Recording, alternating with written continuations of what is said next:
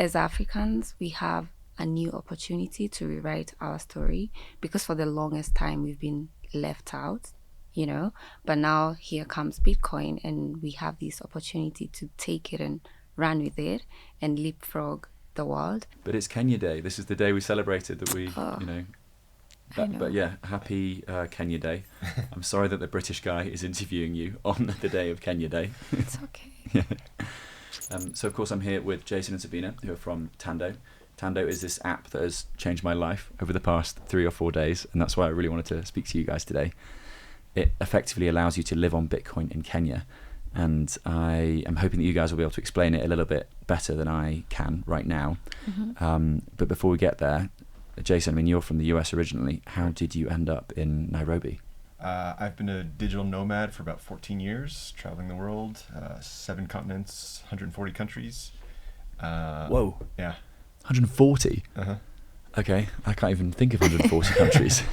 Yeah, it'd take me a while to recall them all. But just traveling. I came to East Africa to go see the gorillas in Uganda. Okay. I rented a truck, and I got the East African visa, tourist visa. It allows me to go to Rwanda, Kenya, and Uganda. Mm-hmm. And so I rented a truck in Uganda and started driving, came to Kenya, liked it. I always wanted to see how M-Pesa worked because I thought that was the coolest system, how they just kind of rolled it out and transformed it into this digital money and kind of leapfrogged the world once again. Mm-hmm. I love the weather here in Kenya, in Nairobi specifically. Yeah. And the people are great. It's really easy to just be left alone, which I like. And So on your drive from Uganda to Kenya, did you see some of those trucks we were talking about, those cat trucks? No, I did not. I was not aware of them, but the drivers here are crazy. Yeah. It's like being in a video game. Okay, yeah. No, I've experienced a taste of that, but yeah, and to the weather. Yeah, the weather is exceptional, although the 6K camera is highlighting that I'm slightly sunburned on my forehead right now, so apologies for that. And Sabina, how did you end up in Nairobi? Are you from Nairobi originally? Yes, so hi. My name is Sabina. I'm one of the co-founders of Tando, and I'm born and raised in Nairobi. Nice. Yeah, that's it. So you've had perfect weather your whole life? Yes. Nice. So maybe we should jump straight into... I mean, did you guys meet before Tando? Or what's the relationship? Yeah, we when I came here, I immediately met Marcel, Bitcoin Dada. Yeah. And I was kind of reaching out to who are the Bitcoiners in this city. And then she got involved in cohort 2, is that right? Cohort 3. 3, sorry. And graduated and just kept in touch and somehow got connected and built Tando. Wow, yeah. So you were, I noticed that because in Anita Posh's interview you mentioned that you went through Marcel Lorraine's Dada program. Mm-hmm.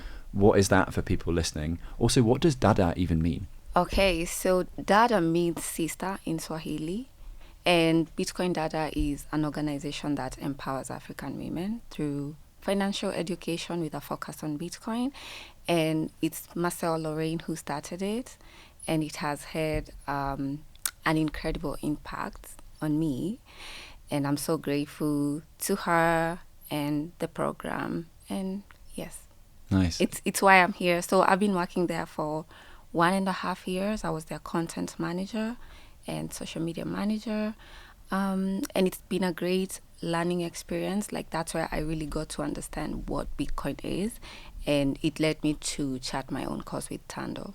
Okay, yeah. Did you know much about Bitcoin prior to Bitcoin Dada? Actually, no. I had heard of Bitcoin in 2018. That was the first time I heard of it in campus, and it was through a pyramid scheme, and they wanted us to invest money in it, and that's very common in Africa, especially with students, because you're always looking to, make an extra buck.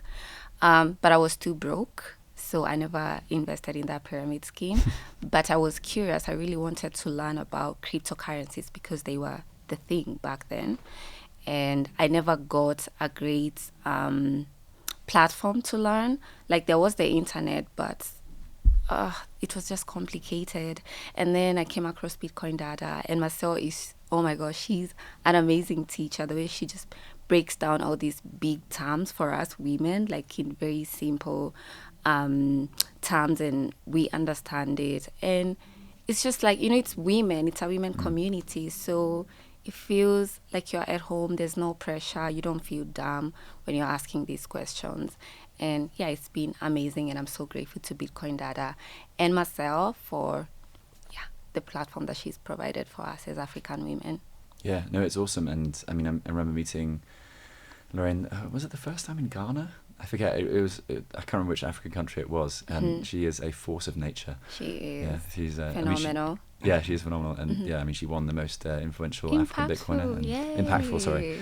Yeah. And so Dada, how many cohorts have there been now? So we've had 7 cohorts. Okay. And 1 developer cohort, because now she introduced a new program. It's called Dada Devs, and it focuses on African female developers who are interested in Bitcoin and Lightning development. Is it only women again?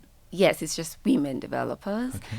And they just graduated their first cohort 2 weeks ago, and it was amazing. And like, these women have built incredible things so far. Sorry, because we did run a boot camp, and they made these amazing projects.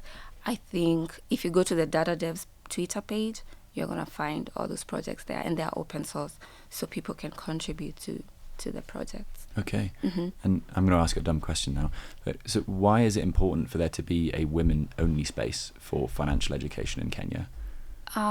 Because most of these spaces, they are male-dominated, and women always feel like they don't belong there, and they feel like it's not easy navigating in male spaces, because that's how the Bitcoin space felt like.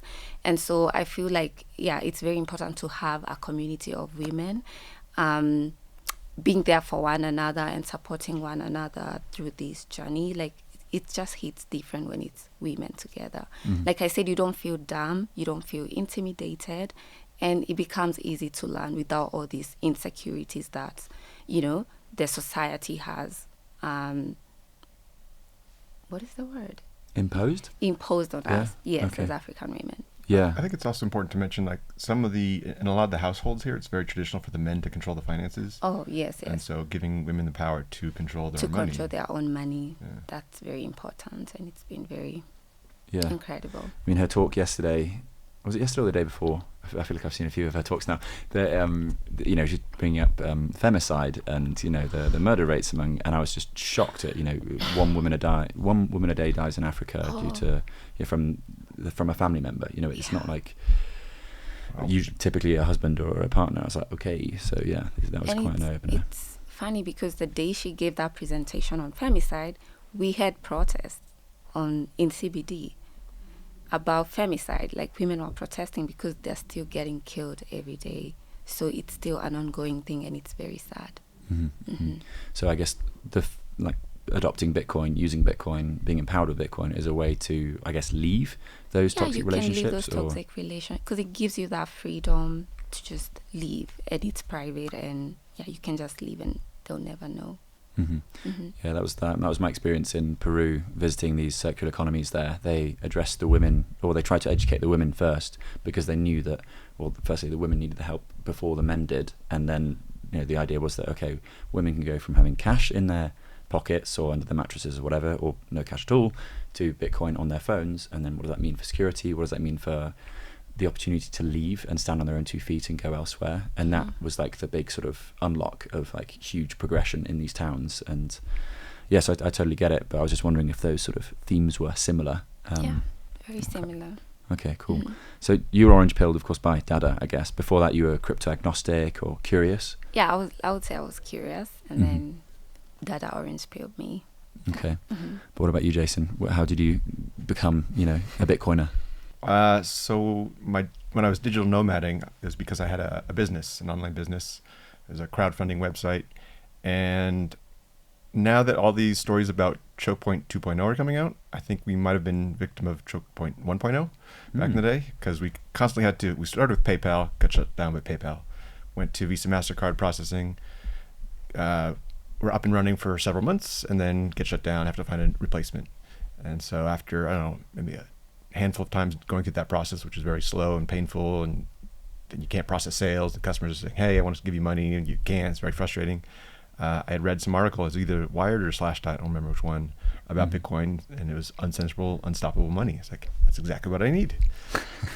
Tried to convince some of the customers to use it. A few did, but it was a very slow process. It was very manual. Like, I had a spreadsheet that I would track sales with, They would have to go find the Bitcoin, probably Coinbase or something like that. And yeah, just to see that there was another option to collect money. And so ever since then, I've just been consuming all the books and the podcasts and talking to people and just trying to go as far down the rabbit hole as I could. Nice. Okay. And what do you make of the Kenyan Bitcoin community? Is there a Kenyan Bitcoin community? What's it like? There is. It's growing. I think Bitcoin Dada helped kind of kickstart that. Other companies like Gridless does the mining here. And there's BitDevs Nairobi, who meets every last Saturday of the month. The devs are growing. And Africa Free Routing just came and did another Lightning Bootcamp. Last year is Lightning, them as well as Ibex.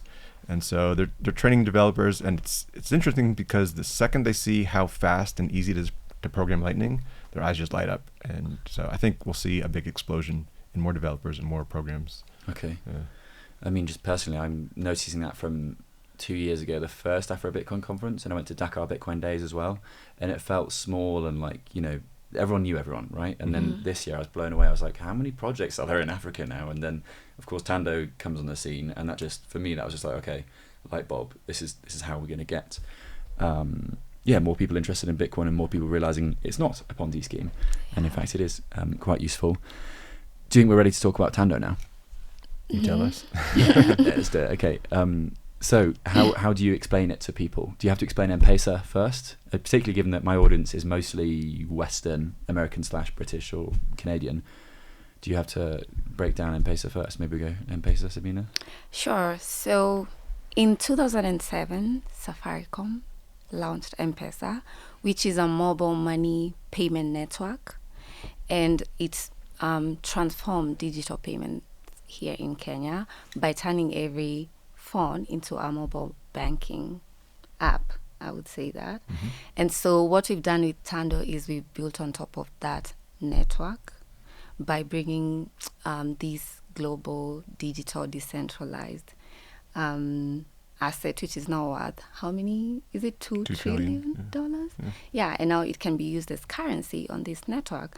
So we're making Bitcoin accessible and practical for everyday use here in Kenya by allowing anyone who lives in Kenya or who comes to Kenya to spend their sats anywhere M-Pesa is accepted. And as you've seen, I watched your video when you're walking down the street, and like M-Pesa is everywhere. Yeah, you can't miss it. Yeah, you can't miss it. So 98% of Kenyans use M-Pesa. That is around like 52 million people. What are the 2% doing? Cash, I guess. Yeah. Cash, and maybe they don't have phones in them. And if you don't have an ID these days, you can't get an M-Pesa account. You can get a phone number, but not an M-Pesa. Yes. Oh, right. So everyone's ID'd on there. It's completely KYC'd. Mm-hmm. Oh, I didn't know that aspect. So how have they KYC'd the entire population? Yes. Well, from my understanding is back in the day, that was not required. When M-Pesa started? Yeah. Yeah. But now it is. But now It is. can't have been back then because M-Pesa exploded, and there's no way you can KYC an entire population, particularly when Kenya's got hubs which are obviously very well connected. But then if you're living as a farmer in rural Kenya, when are you going to KYC yourself? Well, I think their strength and like the hack that they used was all these agents around the country, right? So anyone could just start up a little agent shop and do like digital to cash conversion. So these are the little cabins you see on street corners. Right. And they have the M-Pesa. And why did it have such good sort of network effects? Why is it suddenly that the entire country is using M-Pesa? That's a good question. From my understanding, and don't quote me on this, but this is literally a podcast. We might quote you on this. No, of course not. Was it started like it was just phone minute credits? Right. So you pre-buy your credits, and so you have 10 minutes of time on your phone that you can use to call. Okay. And so then you could transfer those to another number. So that acted as a currency. So if I owe you 5 shillings worth of whatever money, I could give you 5 minutes of my phone credit time. Okay. And so then they realized, this is acting like money. Let's actually formalize it into a product. And so that's kind of where it came about. And money is a very viral thing, so they could just tap into that virality. So can we assume, therefore, that once people realize Tando and realize Bitcoin, we're going to see that same insane growth across Kenya? Let's hope so. That's what's looking on the last couple of days here. We've seen phenomenal growth. Oh, cool. Talk to me about numbers. What has happened? Well, we relaunched the product, was it 5 days ago, leading up to the conference? First it was like just closed, whitelist beta. And then once we saw wait, so this is the first week the app's been running? we had it running 3 months ago. Okay. And then had to 4 change some, days. Yeah. had to change some things technically. Yeah. And then kind of held back a little bit until the conference just to make sure everything was good. Mm-hmm. And then let it fly. No way. Yeah. I haven't had any payment failures or any issues just yet. My issue's actually been with my own Lightning wallet. Yeah, which is wild, right? I know that some people struggled with big payments. Like a friend of mine tried to pay, I think it was like $350 or something, and it didn't go through, and I think he sorted it out in the end. But okay, we'll talk about that in a sec, so I'm getting ahead of myself. Sure. So M-Pesa is across the entire country, and I really just want to stress this, that like literally it is everywhere. You can use it on dumb phones, you know, there's little Nokia 3310 Snake enabled phones. You can also use it on a smartphone, and on the smartphones you have the UX is quite good. You know, you can do microloans, you can obviously pay friends, pay bills. Can you do It's like a super app. Yeah, for Kenya. yeah, it's like essentially Kenyan WeChat sort of thing. Right. Is there anything else that you can do that is worth mentioning with M-Pesa? I think that's it, really. That's it. It's like, yeah. You can buy credit, you can get loans. You can use it as a savings account. There's that option actually.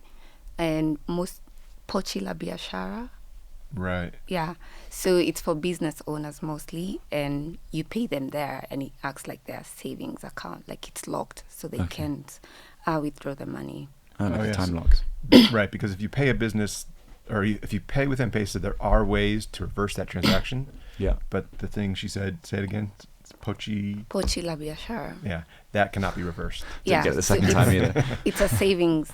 It acts like a savings account for business owners. This isn't the community savings banks, is No, it? it's No, not. it's different. It's not that one. This is different. Okay. What do Kenyans call the community savings banks? Just out of interest. Chama. Chama. A chama. It's Or a chama. a SACCO, Or a right? SACCO. They're kind of different. Oh, chama is like a table banking Yeah. thing, and a SACCO is where you bring pooled funds. Yeah, SACCO's more formal in that I think you get shares of the co-op, if I'm explaining that right. Okay. Yes. And then a chama is just like team, where you hold each other accountable. And it's So you put 10, I don't know, you put 100 shillings in each week, and at the end of 6 months you get a payout, or is it just you periodically get a payout? Oh, so for Chama, it's like the three of us, and every week we contribute, let's say, 100 shillings. And then at the end of that week, Jason receives the money. You get the pool, and then the next week it's you, and then the next week it's me, and it's like we're rotating. Okay. Yes. And the advantages of that is that you outsource the security of it? And My understanding is that it's more like a peer pressure, or you're encouraging each other to save. You're training I each other see. to save, and have a saving mentality versus just spending. Yeah. Oh, that's clever. and Yeah, okay. Maybe you have like spare 1,000 shillings, and you don't want to spend it like recklessly, so you can just put it in the Chama, and it will come back to you. And isn't there Thanks. like situations where you'll have a chama where it's like, we're gonna buy a farm or yeah, an there's that investment as well. property? So you can just pull the funds and then decide you're gonna invest like in buying a car or land, and then you can share that among yourselves. Huh.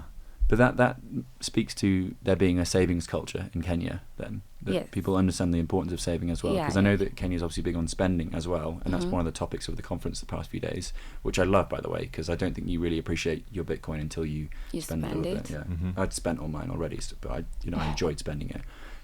So there's a savings culture here, but because I lived in the Ivory Coast for 6 months, like in 2019, and they had similar pots, and I was always amazed at how people don't just run away with the money. But I guess it speaks to the trust in the community. It's trust, and because you have to trust people you get in a chama with. And it's mostly like family, close family and friends, and it's been there for years and years. yeah. Yes. And now I guess you can do that via M-Pesa. Yes. Okay, cool. Okay, so I think we've definitely addressed M-Pesa, a little bit of sort of savings culture, financial culture in Kenya. So how does Tando work? How are you, in my words, hacking the fiat system? So there's 3 primary payment methods within M-Pesa. So there's pay to another phone number, which is like peer-to-peer. There is a till number, which is usually a business gets an account with M-Pesa, and it's like a 5 to 7 digit number. That's your business's account number. I can pay directly to that. It goes into your account. And then there's a pay bill, which is typically if you have an account at another financial institution like a bank or your water company or your electric company, internet company. And so those are all exposed by an API. And so we just took that API, Lightning. And so you tell us which account you want to pay and the amount you want to pay. We give you a Lightning invoice for that. You pay the invoice, the sats settle, we release the funds to the destination. Okay, so it's just middlemanning, right? It's Pretty much, yeah. And the conversion of the currency. The conversion of the currency. So I've got a lot of questions on this. I've got a not pushback, but more of a sort of challenge to it as well, I guess. And it's something that I've spoken about, particularly with the Western Bitcoiners tend to bring this up more than the Kenyan Bitcoiners, I've noticed. But firstly, like how are you monetizing this? Are you taking a tiny commission on this? Right now, we're losing money on every transaction. It's a small percentage. I'm making you poor. Oh no! But we're getting marketing value out of it, obviously. Right. Yeah. And we see it as a user onboarding, and we're receiving Bitcoin, which is the better money. You are receiving Bitcoin. Yeah. Okay. So we can wait long enough where the Bitcoin outpaces the shilling. You're kidding. Yeah. So this is the speculative attack on the shilling. You could say that. Huh. But so technically every transaction, because you're doing the routing of the Bitcoin and you're paying the shillings as well, that means you're making a loss there. But why couldn't you just put a tiny 0.5% on or something? We could, but because we really want to target the Kenyan audience more so than the outside audience. And so the savings that they'll get by using Tando versus the native M-Pesa app would be significant. Okay. And so we get enough audience, and then maybe later we could add like tiered pricing if you're spending a lot. Yeah. But on the lower end, if you're just buying a smoky or something, it's not going to make a huge difference to 1 or 2 shillings. But there is an assumption there that the Bitcoin price keeps going up, which we are right about at the moment. Yes. What happens during a bear market? There will be a bear. Do we agree there's going to be a bear market? The future is unknown. Okay. But say Bitcoin tops out wherever it tops out, and there's a 6-month decline. Yeah. What's going to happen to Tando during that 6-month decline? Well, hopefully we'll have another revenue stream in place by then. But also I think just we can alter the timing of when we convert the shillings to Bitcoin or vice versa. Okay. More rapidly on a bear market or slower on a bull market. Oh, I see. Okay, so you're sort of hedging in a way. Yeah. Okay. And TBD. We haven't figured that out yet, to be honest. But so it's really early stage. Oh, yeah. This is okay. I didn't realize this was the first proper week of rolling it out as a. It was. I mean, it's mega simple, but I love how simple it is because it feels idiot proof, And, Yeah. And the other thing I was going to ask was, obviously it generates the invoice that you then pay to. Would there be any way to would you ever consider making that just a wallet in of itself? So there's a Tando wallet too. We don't really want to do custody of Bitcoin. Okay. So that opens a whole can of worms that we want to avoid if we can. Yeah, okay. The one thing I was going to request is that you do an NFC enabling thing so that when it generates the invoice, I can just tap a ring or a card or whatever on the back of the phone and it pays instantly. Because that would be like UX bliss, Yeah, that should be doable. Yeah. Okay, Yeah. cool. Yeah. Great. See you in a couple of months. Bring your Bitcoin. Yeah. No, I haven't touched shilling. I told you last night, right? I was like, Yeah. I haven't actually seen a shillings. By the way, I've still got that, by the way. You gave me 1,000 and I think I just walked off with it. Sorry. No, it's fine. Enjoy. Souvenir. Yeah, but it's crazy. Usually in most sub-Saharan African countries, you have to have cash. Like you have to. It's impossible otherwise. And here, everywhere from literally paying laundry at a 5-star hotel, I paid it with M-Pesa, and tipping taxi drivers, buying street food, all M-Pesa. Therefore, all Bitcoin thanks to Tando. So talk to me. What sort of growth have you seen this week? How many sales, or I don't know how you'd frame it. Like what are the metrics like for this week? The last 4 days has been, I think we checked this morning, 20,000. Yeah, upwards of $20,000 worth of transaction volume. Okay. Yeah, the graph is just gone up. It's like a hockey stick. Really? Yeah. Like we thought we had enough liquidity on the shilling side leading up to the conference, but we had to top up every day. So Whoa. it's just Okay. crazy. Huh. And did you expect that? No. Right. Honestly, the love has been very massive, and it's still so overwhelming to me. Yeah. I still can't believe We're it. still recovering from the conference. And it just feels good to finally, after all these years of studying Bitcoin and learning about Bitcoin, and everyone's giving their time and energy and products for free, essentially, to be able to create something of value and give back. Give It's value back to the community. And, the warmth is crazy. That's awesome. Yeah. Yeah. No, I I mean, this is why I do what I do as well. I'm like, once you understand Bitcoin, you can't help but like, how I can I have to help? contribute? Yeah. How can I, also be part of it, you know? Mm-hmm. And I think that Tando is, well, I'm getting way ahead of myself, aren't I? But, it's really cementing itself as a very much sort of Kenyan solution. And I guess the next part is, does this mean you can roll out to the rest of East Africa? Because as I understand it, M-Pesa is prevalent in this whole block of Africa, like a lot of countries, a lot of people. Is that right? Yes. Yeah, I mean, they operate in 6 countries, from what I understand. Uganda, Ethiopia, Tanzania. Uh-huh. Yeah, but yeah, technically it should be able to work with any mobile money provider anywhere. Mhm. So yeah, we're definitely looking at other countries and other networks as well. Okay. Airtel, MTN. Wow. Yeah. Has there been any pushback just yet? Because this does seem to be a little bit of a challenging area. I mean, presumably when M-Pesa came along, Safaricom must have got some pushback somewhere, and I don't know what deals were done. You're looking inquisitive. What happened? No, actually, M-Pesa, for 7 years, they were not regulated, and they were just doing it, and there was no pushback. Okay. So, and then, I don't know who. It was a benefit to everyone, right? It was a win-win. Yes, it so was a there's really no reason win-win. to push back. But did it Mhm. benefit central banks or commercial banks? Well, I think at this point the government owns a significant portion of Safaricom. So Ah. after the Partnership. 7 years, they started seeing the benefit, and now they're like, we won a piece of the pie. So, yes. Okay. Mhm. So that means that they'll come knocking to you guys if it grows a lot. Hopefully. No, but, I mean, it's a win-win for everyone, right? Because Safaricom is still earning their fees. Yeah. And for example, all these people came to the conference for 4 days. If Tando didn't exist, they would probably use Visa, MasterCard, or pull out cash in ATM. And so Safaricom would lose out on all that revenue. Yeah. So this $2 trillion asset now, and growing, can now come into Kenya Mm-hmm. and pay Safaricom all these fees because it's easy, like you said, it's cheap, free, essentially, Yeah. and you can go anywhere. So, Huh. You're So incentivized. Safaricom's happy. yeah, The government's happy. They should be. And They therefore should be. central bankers are happy as well. Yeah. And they don't realise that they're also sort of planning their own demise, Right. right? Well, if they were smart, they could partner with Tando and say, "Hey, turn all of our shillings into Bitcoin." It's like, all right, we'll do that. Okay, yeah. How encouraging is the government of Bitcoin? The central bank a couple of years ago, they put out a notice that I don't think at that point did their homework, Mhm. and so they thought, it's speculative, it's volatile, you could lose your money. But I think we're seeing globally, governments are starting to tune in and understand what's going on. So Okay.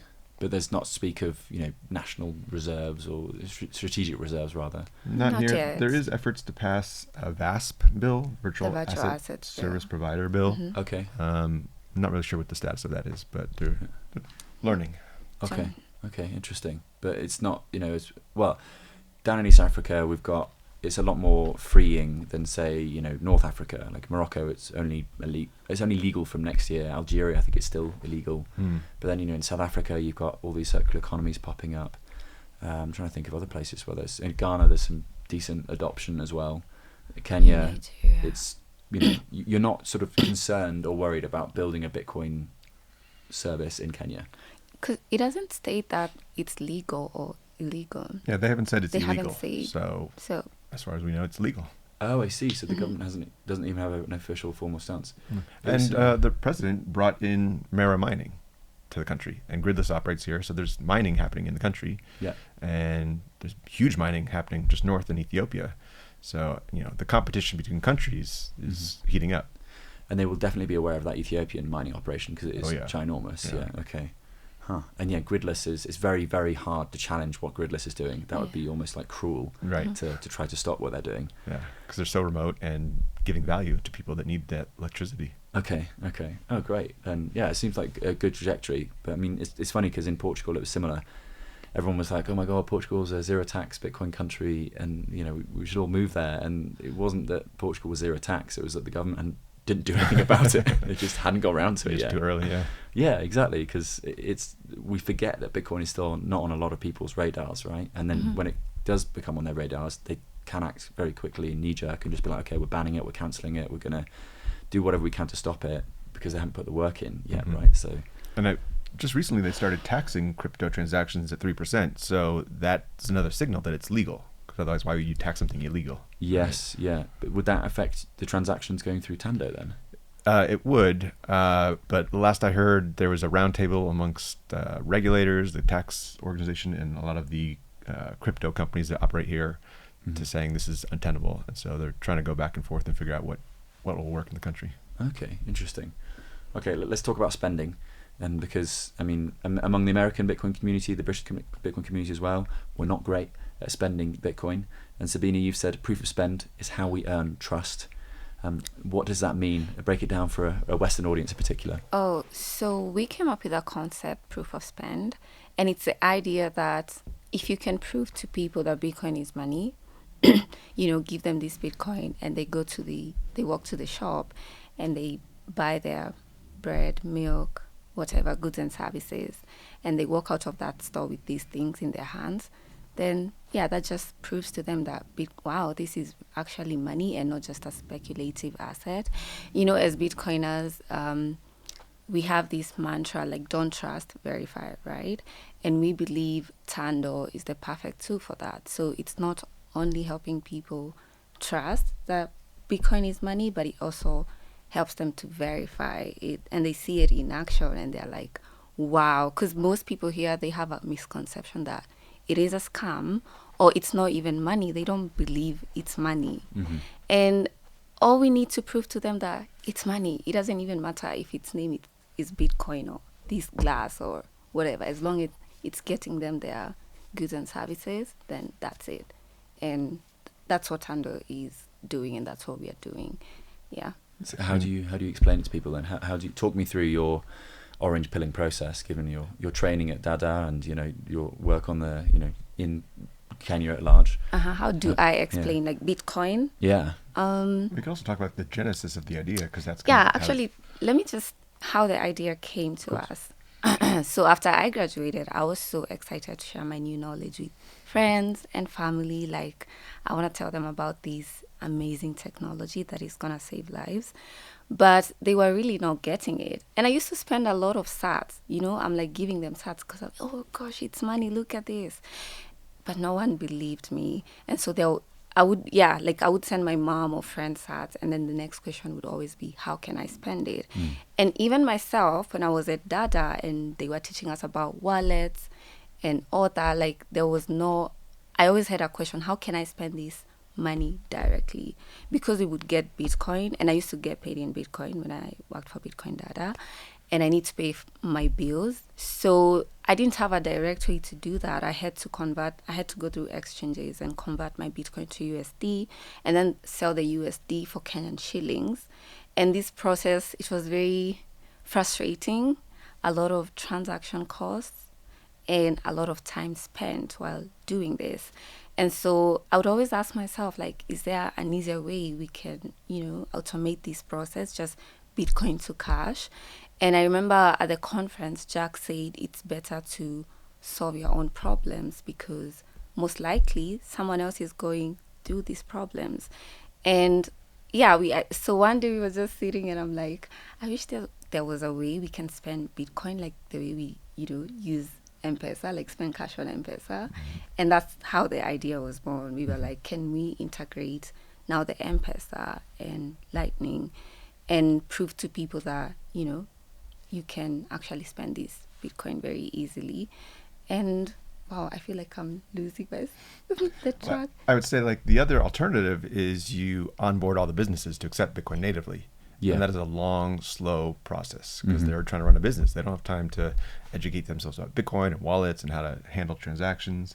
And so like we would see Felix, who's another educator in the space here in Kenya, he would go onboard businesses. Is he in Kibera? Kibera? Am I saying that wrong? No, where's he based out of?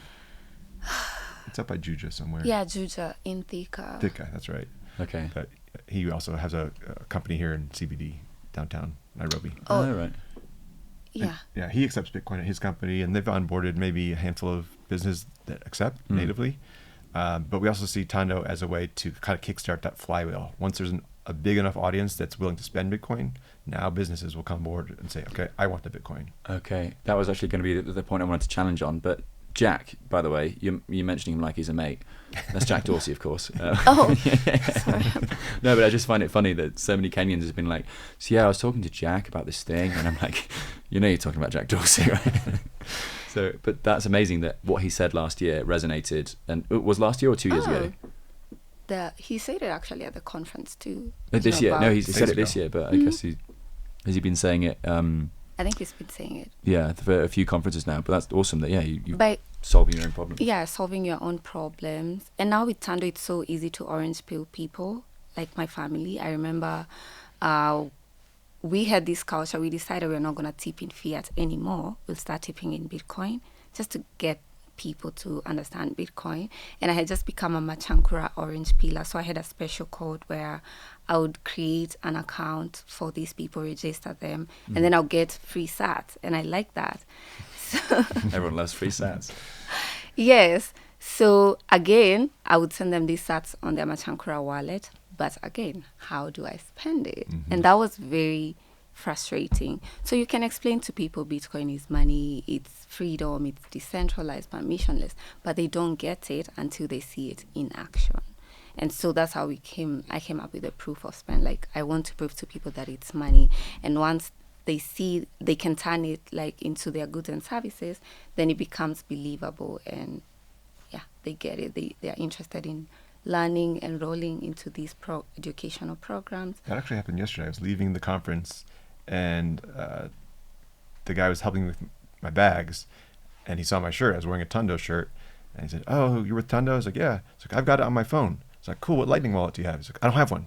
I was like, "Okay, give me your number. I'll help you get on board with Bitcoin." Yeah. He's like, "He had Tando before he had the Bitcoin wallet." So I was like, "Okay." But what was he doing with Tando on his phone? People just It telling just him, seemed- like everyone's coming out, "You got to get Tando. You got to get Tando." It's like, so, all right, I'll download it. Now what do I do with it? That is one of the really nice things about doing Bitcoin conferences and traveling in countries like Kenya, is that people are younger, people are more willing and open to learn new things. Absolutely. And they're hungry. Yes. You know, it's Yeah. even had at the breakfast bar area. This guy being like, "You gotta set me up with that wallet, man." I was like, "Okay, I'm coming back." Like, don't worry. The Maasai guy that was at the entrance to the hotel. Mm-hmm. He's on Blink, and he thinks he's the first ever Maasai to use Bitcoin. What do you think? Whoa. Yeah, okay, good. I'm not gonna put that as a quote or anything anywhere, because he was saying it on camera, and I was like, I'm sure there's definitely a Maasai that's used Bitcoin There at some is. point. Mhm. But yeah, Kenyans are fast learners, and they're quick to grasp things, and they're always on the lookout on like what's new, and they want to be part of that. Yeah, I mean, they proved that with M-Pesa, right? It took off Exactly. because they're so eager to like learn new tech, and if it serves a And- purpose, embrace Yeah, it. anything to Run make with their it. lives easier. Yeah. Very bullish on Kenya. However, is there a risk that because Tando is sort of circumventing, touching Bitcoin natively, like you can spend Bitcoin anywhere, therefore nowhere accepts Bitcoin or everywhere accepts Bitcoin? You kind of see what I'm going at here. I was speaking to the husband of the Bitcoin Dada, not Bitcoin Dada, Bitcoin babies, the circular economy, Oh. and we were discussing this, and we were saying like, I know that obviously using Tando breaks down that barrier of, okay, Bitcoin is definitely money now. I understand this idea of proof of spend. However, what's the point of me accepting Bitcoin natively when I can just accept it through Tando wherever I am, with M-Pesa, and I could just buy my Bitcoin separately? Or is there a risk that we're not going to get enough adoption, or say the right adoption, because Tando has just created this sort of cheat code that works its way around touching the fiat system? Well, I think, with enough touch points, people start to go down the rabbit hole. And so when you present the receipt screen on Tando, we're going to make it very obvious, hey, I paid with Bitcoin. So people start getting trained, like, okay, this Bitcoin thing keeps coming. People keep coming in with this Tando wallet to pay for their bills. Let me learn about it. Oh, Bitcoin, I want some of that. And now when you want it, we've had people reach out a couple times, say, hey, I saw in your app there's an FAQ. What if I want to receive the Bitcoin? Reach out to us, we'll help you. Directly. Oh, and what do you go to when they say that? What's your... We've been leaning towards Blink, but Yeah. we're also looking to maybe set up some BTC Pay servers to help them. Swiss Bitcoin Pay, are they on your radar? No. Swiss Bitcoin Pay? Oh, yeah. We've heard They're of them. really good for Right. accepting merchants and things. Yeah, they're Okay. very, very good. And it's so slick and so easy. And particularly for like restaurants, bars, and cafes. If there's lots of waiters, Mm-hmm. they can just have the app on their phone, and it automatically swipes to the owner's app. Oh, And yeah, and cool. it's super cheap. Lightning costs nothing on chain. It batches them at the end of the day, Nice. and it doesn't. You don't pay the fee either, Okay. as far as I understand it, or at least that was the case 6 months ago. Yeah, it's great that there's all these tools available. Yeah, more and more on the payment side, but there are still people that will die with their Bitcoin. Mm-hmm. Like, I mean, can I bring up that story on this, like publicly? You know, the Chris Morris thing. Yellow card, right? Yeah, I was in one of the parties this week, and it was organised by Yellow Card, who are a stablecoin company. They are a Bitcoin company. I don't really know, Mm-hmm. but the owner obviously has Bitcoin, understands Bitcoin, but he'd never spent Bitcoin before. So I was like, bro, you've got to spend some Bitcoin. Oh, it's the video in the. Yeah, someone Just filmed me doing the doing Bitcoin because thing. they thought Yeah, it was yeah, funny yeah. that I was trying to lightning pill the CEO of a payments the- company. Wow. And he's like, what is Joe doing? But basically, yeah, Chris Morris had never made a lightning transaction before. Mm. And so I was like, oh, you can pay here with lightning. And he's like, no, you can't. Like, I organised this party. I was like, yes, you can with Tando. You see the M-Pesa number, you download the app, you do the pay bills thing, you type in the number, type in the amount, send. I proved it to him, and he was like, oh, because I bought that drink. And so I was like, come on, just do a token amount so you've done your first lightning transaction, so you finally paid something in Bitcoin. And he was like, no, I'm going to die with my Bitcoin. You know, my Bitcoin's, you know, I'm not even going to give it to my kids. You know, I'm What? hodling because that's his belief. You know, I know Why you're own it like in the first shocked. place. Well, it's the number go up technology, right? I don't know. Oh. But it's going up for a purpose. You just want to see the number on the screen. Like what? I don't know. You can't eat your Bitcoin. You can't sleep with your Bitcoin. You got to do something with it. I mean, look at Sailor, right? That is more Bitcoin and more wealth than, you know, a country could spend. So, Yeah. so Teach their own. yeah, exactly, right? But I was like, just make one, just you know, what's the word? Leisure me, indulge me. Mm. And so we set up, you know, 25 shillings because the limit on Tando I think is like 15 or 20. Yeah. Mm-hmm. And he doesn't have a Lightning wallet. And I was like, oh, but you're American, right? Do you not have like Cash App or something? He did, and so he went to make the Cash App transaction, and of course, the transaction failed. Yeah. Well, my Cash App doesn't work here either. I think it's a Yeah. geographic thing. Yeah, because then the next day I saw him in conversation with Jack Dorsey, and I went up to him and was like, bro, tell him that Jack Dorsey's app failed in Kenya. But then you told me that, yeah, Cash App doesn't work in Kenya for Americans generally. So it wasn't that Lightning fails, it was just that. But I just thought it was amazing that, you know, there are lots of Bitcoiners out there that do not spend their Bitcoin ever. So how do you address that? Yeah, how can you be fascinated with this technology and this financial asset and not even experiment? You know, send a couple sats. You know? Okay. I mean, that's how you learn how to use hardware wallets. You experiment. Sometimes you lose money, but Yeah, I was going to say you rug yourself and then you realise how important it is. Lightning round? sure. Okay, Ready? cool. So first thing that comes into your head. It's silly, it's not silly. So can pineapple go on pizza? Absolutely. You're nodding your head. Yes, absolutely. Yes, I absolutely. love pineapple on pizza. Okay, Yeah. great. Bits, sats, or bitcoins? Beans. Oof. Normally I would say sats, but I'm leaning towards Bitcoin. Nice. Come join. Sats. Sats, okay. Sats. Where will the Bitcoin price hit during this bull run? What's the all-time high? 250K. Shillings? No, dollars. Just checking. 251K. Okay. I'm more bullish than you. What's one thing you'd ask Satoshi Nakamoto if you could? By the way, I've asked this to a lot of people, and Femi said I wouldn't ask him something. I would just tell him to go away. That's good. I would say, did you ever foresee the energy revolution coming about? Nice. Yeah. I think for me, honestly, I would just hug him and say thank you. Oh, That's very sweet. Yeah, he's done that's a good answer. a lot for us, and yes, I would just hug him and say thank you. Okay. He's probably a really good hugger. Yeah. Do you agree with the guys at the conference Satoshi was an African? Yes, and Satoshi is a woman. Okay, Satoshi is a woman from Africa. Yes. What's one thing Bitcoiners need to do better as a community? Listen. Yes, listening, because that's what we did with Tando. We listen and we did not lecture people. And then meeting people where they are, honestly. Like, I know we're so quick to punch the shit coiners, but it's good to listen to them and give them time and the grace to Okay. 2 more on this. What is your favorite Bitcoin meme? If you have one. You love Bitcoin memes. I mean, don't trust, verify. It's a critical one. Okay. Yeah. Do I have one? It could be an image, could be a GIF, it could be a saying. Hodo? Classic. But not Spedden. Spedden's never going to catch on. It's too weird. Yeah. I tried for a bit. Feels like you're stuttering. yeah, it does, doesn't it? Bitcoin with a speech impediment. Okay. What would you, if you weren't working on Bitcoin, what would you be doing? I'd be retired. Traveling. Yeah.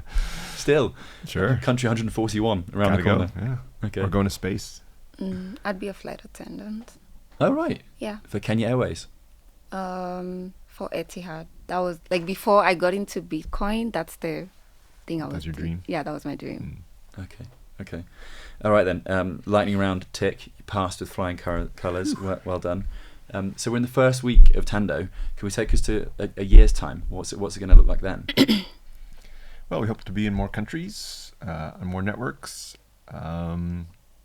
profitable. Okay. And yeah, maybe like at some point pivoting towards helping businesses accept Bitcoin natively. Right. Yeah. Yeah, I mean, that could be simple. No, you just add a little thing in the app, say, want to accept it natively? Like, Sure. yeah, but the NFC thing first, please. Okay. Yeah. Priorities. Anything Yeah, else, that's Sabina? it. We've been approached, especially at the conference, by so many people that are like, we want Tando in Ivory Coast. We want Tando in Cameroon. Let's work together. Let's bring Tando to, Even East Indonesia, someone reached out from Indonesia. Yes. No way. Yeah. I forget that. Yeah, M-Pesa is just translated into other languages in different countries, right? Like in the Ivory Coast, Senegal, it's Wave, but it's like the same thing. You text Yes. minutes or money to people. So that's the big goal, is to scale in other African countries Mhm. and also integrating our API maybe into existing Right. wallets like Machankura. And yes. Yeah, we've had some requests to offer an API Okay. to other wallets as well. Whoa. Aqua, yeah. Really? Mhm. Yeah. Oh, nice. Oh, you guys are going places. Let's hope so, yeah. I'm glad I did this interview. But it's still, for me, it feels so surreal. Like, I did not expect this. I'm just like, whoa. I know. Yeah. It's like a week ago, it was a small little project, and now it's a ton of work. Oh, yeah. Yeah. We're So at that there's stage, that. like, okay, we got to buckle up. Yeah. I mean, how many are on the team right now? Just 2 co-founders and then 2 developers. Okay. Yeah, they're going to be busy in the next couple of months, aren't they? We're going to need a few more. Yeah. Okay. And what about Bitcoin in Kenya? If we zoom out a bit and look at a year or two's time, what's it going to look like then? I think more people would adopt it. Like I said, Kenyans are very curious. So we're going to see the graph going up, the Bitcoin graph going up, and more people adopting it and actually understanding it. Now, we have a lot of projects happening in Kenya that are going to accelerate that. So we're headed somewhere great with Bitcoin. Okay. And I've got another quote of yours. You said, Bitcoin is the new land. Is the new land? Yeah. Well, this was lifted from my transcript of an interview you've done. So you did say this. Where did I say that? I don't know.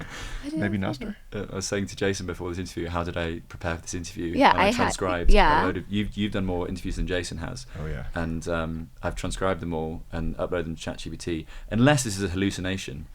Bitcoin is the new land. Maybe she was hallucinating and don't remember it. Yeah. I don't remember that. Bitcoin is the new land.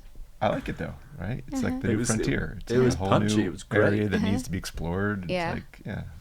This is co-founder brain at work. There we go. You said that and Jason understood immediately what you meant. Okay. Do you want to expand on that at all? Bitcoin is the new land. I'll find the time code where you said it and send it to you after this Please interview. do. Please do. Okay, in which case I wanted to address what's the most common pushback or challenge or critique you get about Bitcoin when introducing it to people in Kenya for the first time. For example, in the UK, it's often volatility or it's a scam. In Kenya, like the shilling's relatively stable, no? It is now, yeah. Yeah, so I guess volatility might still be an issue here. What do you often get challenged with when it comes to Bitcoin? Most Mostly, people... Go ahead. sorry, it's mostly a scam. That's what most people think, because a lot of people have lost money in these Ponzi schemes because they're not educated and they don't understand it properly. So when you mention Bitcoin, their brain hits scam. I would say that, scam. Yeah, I mean, there's a very big presence of the, let's call them politely, the crypto industry in Kenya. He means shitcoin. Yes. And, they're printing their own free money. Yeah. And so they can afford to sponsor big events and give everyone T-shirts and swag and feed them and train them on whatever blockchain crap that they're working on. And so, people get sucked into that because there's an incentive to go down that dead-end rabbit hole, I'd say. Yeah. That's such an important point, and I've seen that a lot in West Africa in particular, and it's scary how good they are at giving out T-shirts, giving out jobs, and they might last 6 months, but it usually ends in a... Yeah. And then they'll hop onto the next blockchain project. So but eventually they'll come to Bitcoin. Yeah, eventually. But there's also like a dark side to that, which I think that a lot of these projects look to Africa to try to sort of legitimize their projects and be like, oh, look, we're helping Africa. Right. And it's a bit sickening when you realize And if you look into the technicals of all these projects, because in Bitcoin you should run your own node, right? Because you control the rules of your network. Look into how to run a CeeLo node, for example. You have to stake $5,000. No one's got $5,000 to just park away and do that. So it's okay. You're at the mercy of them. Yeah, no, it's don't get me started on crypto. Okay, and then what advice would you give to people looking to either start similar projects or let's start with that first. What advice would you give people looking to start a similar project, relative to Tando?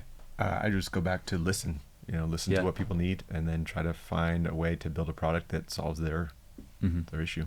Okay, and I guess maybe a follow-up for you, Jason, is that you're coming here as a foreigner working in Kenya. What's been the things that have surprised you in building businesses here? I was surprised at how easy it was to start a business. I thought it'd be red tape and talk to this person who sends you that person, go upstairs, No, it's an e-citizen portal through her account. It's quite simple. The hardest part was finding a valid name, because there's no way to look up what names are taken. And then so you kind of have to shotgun approach. Here's 5 names, and then okay, you can have that one. Really? Yeah. So because I wanted to ask, what does Tando actually mean? Tando is the deity of thunder and lightning in the Ashanti kingdom of the people of Ghana. Ghana? The Ashanti love gold, right? Yes. Okay. So we went there last year after the conference, the ABC, and we got to attend the Akwasi Day festival. It's a very colorful festival, and our tour guide was just telling us about all these gods. I think there are 8 in that kingdom, and the god of thunder and lightning happened to be called Tando, and that's where we got the name. That's so perfect. It just felt, last year was this spark that actually inspired us to move on with the idea, because the idea was born early last year, right?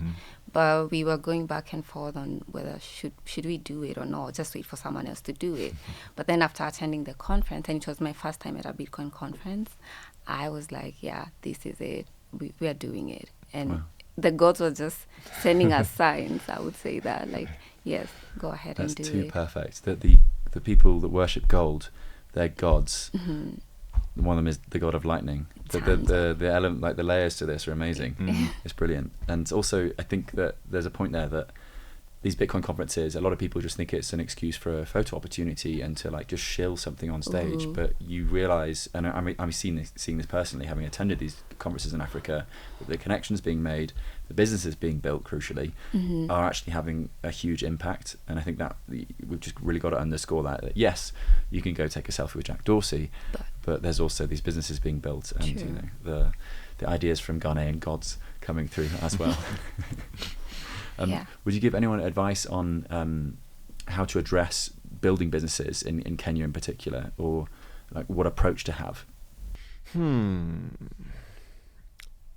generally seems to be a fairly friendly business environment. Yeah. Do it, respect your customer, and do well for the world. Yeah. Okay. Same things everywhere, really. Yeah. Provide value. Yeah. You make it sound simple, but I know it's not. Yeah, I mean, you just have to put in the work at the end of the day. That's what it is, you know. Okay. Okay, cool. It's not simple. It's just time and energy. Yeah. Okay. I've finished like my extensive questions. Is there anything I haven't asked you that you wanted to talk about today? No, I would just encourage other businesses to go out there and build on Bitcoin. Nice. Yeah. Strong message. Yeah. Sabina? Yeah, pay attention to Bitcoin. Can I answer your previous question about Bitcoin is the new land? Oh, yeah. So I think that means as Africans, we have a new opportunity to rewrite our story, because for the longest time we've been left out, you know, but now here comes Bitcoin and we have this opportunity to take it and run with it and leapfrog the world. And we have a lot of use cases here for Bitcoin. So let's pay attention to Bitcoin. Let's not dismiss it. Let's educate ourselves. And there's so many resources now and so many African projects coming up.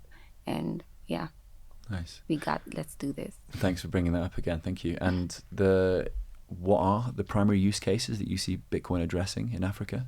I would say, for me, the way I see it as an African, Bitcoin is going to be used more as a medium of exchange.